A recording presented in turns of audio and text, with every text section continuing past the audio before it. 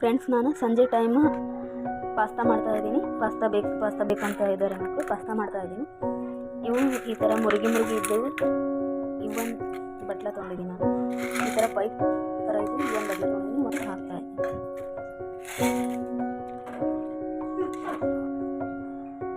ಅದನ್ನು ನಾನು ಬಸಿತಾಯಿದ್ದೀನಿ. ಒಂದು ಈರುಳ್ಳಿ ದೊಡ್ಡ ಸಣ್ಣದ, ಕೊತ್ತಂಬರಿ, ಅಲ್ಲ, ಬೆಳ್ಳುಳ್ಳಿ ಪೇಸ್ಟ್, ಕರಿಬೇವು, ಮ್ಯಾಗಿ ಮಸಾಲಾನ ಹಾಕ್ತಾಯಿದ್ದೀನಿ.